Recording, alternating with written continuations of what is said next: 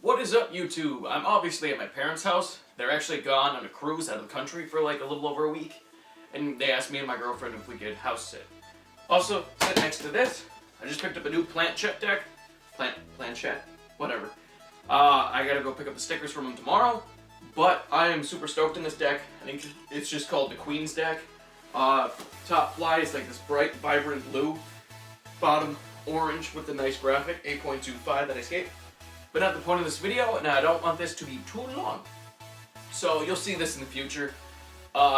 Today is part 2 of my life in a nutshell. This one is the hardest one for me to talk about. I guess we'll get right into it. There might be a lot of pauses because this is a lot of things that I really don't like to talk about. When I was about 11 years old, I moved from Scranton, Pennsylvania to Pittston, Pennsylvania. And when I went to school, I was only in school for about 2 or 3 months. So in those 2 or 3 months, I made one friend. Like in the first few days, I made one friend. And like he invited me to sit at his table at lunch. And he was always really nice to me. His name was Tyler Demage. He was very, very nice to me. And I really liked that. But everyone we sat with at lunch, everyone he talked to at the time, was a little higher class than me. And I'm not really making fun of people. It's just I came from a lower income, family and lived in lower income place and things like that. But these kids would talk like, and I don't even know if it was true at the time because I was so young. I was about 11 years old. But they talk like their parents were richer than anything. So it was a little awkward. The next year, so I think it was my 7th grade year of middle school, I was around 11, 12 years old. My friend, Tyler, started sitting with someone else at lunch, like a different group, and I kind of clicked with them a little more. One of the guys I really clicked with was a guy named Bobby. He might have been a little kid with me too, but he was a genius in his own way. In the way I say that is, he built a 3-story tree house by himself. I helped put in some things after like the other stories were added. In the winters we were freezing cold hanging up there trying to figure out how to heat the place. He actually took an old fan and was able to make a fire pit that rooted all of the smoke downward and all of the heat downward, unless you were close enough to it that the heat radiated off of it. But like, come on, what 12-year-old's doing that? So he was pretty chill in that. He hung out with another guy named Cody. Yeah, everyone in school when I was that age seemed to like this other Cody. So I kind of, he latched onto me for the idea that our names were the same, and I kind of latched onto him because the idea that he was quote unquote popular within the group of lower income people. He was hated by more preppy people, but I didn't like them anyway, so started hanging out with him. And we went to this friend's Bobby's house the one night. We were waiting for him to come out because the treehouse had no power unless the extension cord, 500-foot extension cord, was plugged in, running into the woods. So we were waiting on him, and he offered me a cigarette, and that was the first one I ever smoked because peer pressure is real. I wanted to, we'll say, impress him, and in my young life, I wanted to always impress people. Always. Now, I live my life more for me, entirely, and I'm a way better person for doing that now.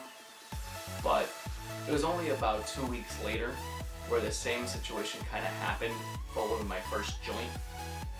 And that was like the start of the downfall of my life, we'll say. And it was at such a young age that I do regret a lot of things. So we'll fast forward over the next few years. I went through the weird stages and that of puberty and all this stuff. Actually, puberty before that, but whatever. I started getting interested in chicks. But at that time, no one was interested in me. And I had now this crew of friends who, a lot of those friends I still have now, and a lot of them have grown up like me, and we still can talk and have fun and quote-unquote BS about the good old days, even though they really weren't that good. It was just a masquerade of crap. So, basically, for a while, I got rejected by absolutely every single girl I'd ask out. I'd take a quote-unquote date to a party, and they'd leave with someone else. So, I became a very, very bad alcoholic and drug addict. Mostly just weed for the drugs. There was other things, but I used it as a way to cope with depression, and that is how I was for about 3.5, 4 years. And my friends thought I just wanted to, be there to party, but that wasn't the truth at all. I'd basically get drunk to try to talk to a girl and lower my anxiety, and then they would reject me, so I'd drink more. It was a very, very poor time in my life, filled with poor choices. Now, a lot of those friends, if I could go back, I want to keep the friends, but I do not want to keep some of the things I did, because I was in trouble with the police before. I mean, I still kind of am now, but for a different purpose, like skateboarding. A bunch of the old people who used to roll with me spent time in prison by the time they were 20. But a lot of them have cleaned up their act now. And my major turning point was when I was 15 years old. I was just started skating for 2 weeks. I had just asked out the first girl to say yes to go on a date with me. But 2 weeks after asking out this girl and starting skating, a great friend of mine, Janie Allen Noble, overdosed. And at this point, I knew I wanted to ask this girl out. Her name was Samantha. And I knew she wasn't into anything I did, really. So I slowed down a bunch. But I still did it like once a week instead of 4 times a week. And then once I got hit with the reality that I'm now at a good friend's funeral with his family, I tried to quit everything cold turkey, and I was able to, actually. Basically, I latched then onto skating, because skating was a way for me to impress my best friend at the time, John Molesky, but it was just a way to impress him until that happened. And then every day after school, to drown out my depression and my sorrow, I just throw myself at it for hours a day. And the same thing happened when I finally slowly started to heal from this experience, when I went on the first date with my first girlfriend, Samantha. And we'll just quickly veer off with her. That went for 1.5 years. She left me, things, went bad, whatever, high school love. And I actually met the girl I'm dating now, in high school, of course. So after she left me, I started dating her the last week of high school, and we've been together almost 3 years now. So, to get that over, my first girlfriend, did help me through my friend's death, though, because that took a while to get over, so. Skateboarding, though, then was this thing that I could just spend hours a day doing.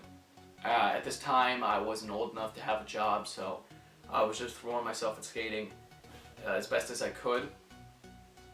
And I finally healed from that, and I started to get better. And all these years later now, I haven't touched drugs or even thought of it in a very long time.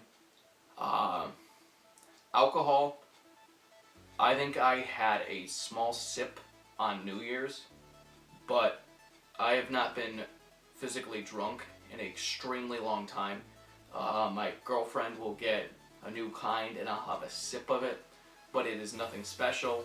I don't even bother with that anymore, because when I look back now and I see how stupid I was, how idiotic I was to do these things. I was detained before, never legally arrested, because I do not have past priors, no record. But I was picked up by police officers and lied to them about my name because I was so drunk. I have gotten into fist fights before things that I really try my best not to think of because it was a very bad time for me. It was a way of trying to impress people and do all this stupidness.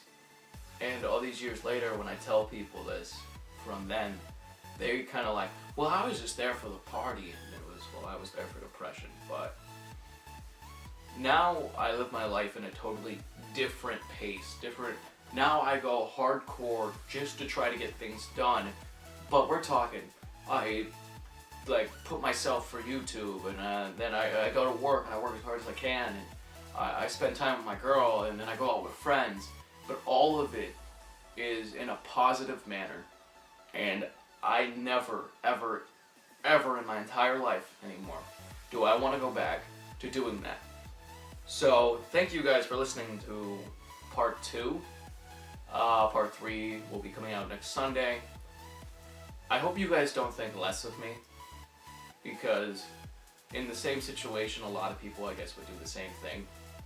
But it did help me to form who I am today. And I guess I'll always have that. It's just I'll always live with a lot of regrets. But that video was depressing. So as always, guys, thank you for liking, commenting, and subscribing. If you live in the northeastern Pennsylvania place, definitely hit up Blanchett on Instagram and go pick up a board from them. They're not expensive, they're average. You get stickers with them, the guy's super chill as anything, and the boards are sick. So, have a great day.